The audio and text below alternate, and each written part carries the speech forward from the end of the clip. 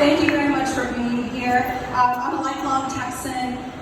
We might want to bring Luke Warford in on this question because I grew up in Southeast Texas, the Golden Triangle. My parents worked for oil and gas refineries at Texaco and Chevron for a collective 75 years. We haven't talked about climate change. We haven't talked about how we can lead a green energy revolution here in Texas.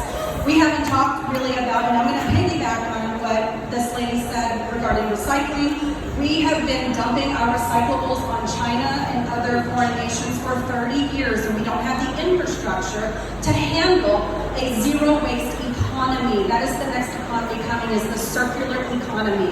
Right now, we're in a linear economy where it's, extract the raw materials, transform it, buy it off the shelves, it breaks in 6 months, and you dump it in a landfill. I've been fighting landfills for 20 years. I've been knocking on doors for 20 years on environmental issues. And we haven't talked about how are we going to protect our clean air and clean water? How are we going to protect our soils? How are we going to remediate our soils? Because the agricultural community understands how depleted our soils are and how not very nutrient-rich vegetables and fruits and all that we're bringing to the plate of our own Texas families. The TCEQ is under sunset review the next session. How are we going to rein them in? They have been callous. They have been a rubber stamp agency for big polluters all across this state, and the commissioners are appointed by the governor. They are not elected by you and me, Texans. They are not accountable to you and me and our tax dollars. How are we going to rein in their callousness and their flagrant favoritism to corporate polluters? Thank you. Yeah, great questions.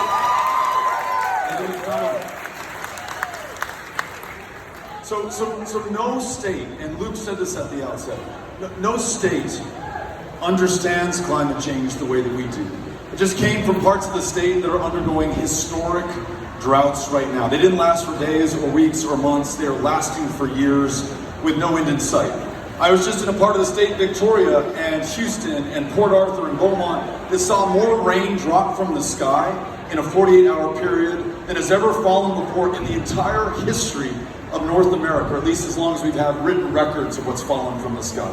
So we are enduring the consequences of this, perhaps like no other people in the United States. We also, because of the innovation and ingenuity, especially in energy, have the skills and the experience and the expertise to meet this challenge, unlike any other part of the planet.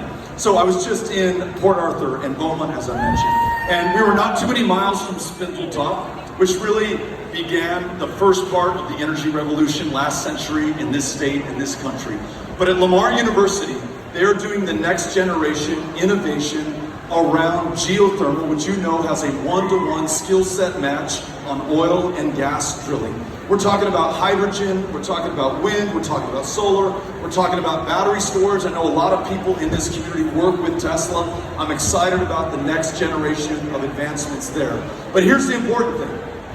We're also listening to the workers in the energy industry right now, the women and men who've won our energy independence from the rest of the world, who make sure that as long as we are burning petrochemicals or hydrocarbons, that they come from the state and the jobs come from them as well. They're at the table designing the next generation of clean energy jobs. The members of the AFL-CIO, the pipe fitters, the plumbers, the steel workers, the electricians, the communication workers all sat down and came up with a 1 million job climate plan right here in the state of Texas. High paying, high wage, high skill union jobs that also include retrofitting our older buildings to make them more energy efficient, the kind of jobs that you cannot outsource, that hire people right here in this community. That's part one.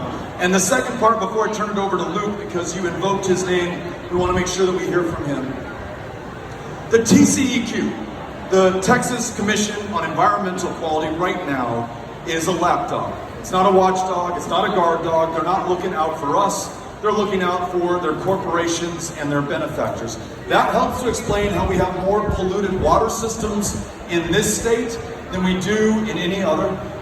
Whether it's the Railroad Commission, minus Luke Warford, or the TCEQ, we have folks who are not protecting you and me and the generations who follow. So, I guarantee you as governor, we will only appoint to these positions of public trust those who have the public interest at heart, and I expect you, and certainly I will as well, hold them accountable for the outcomes and the results. We're going to have climate justice in the state of Texas.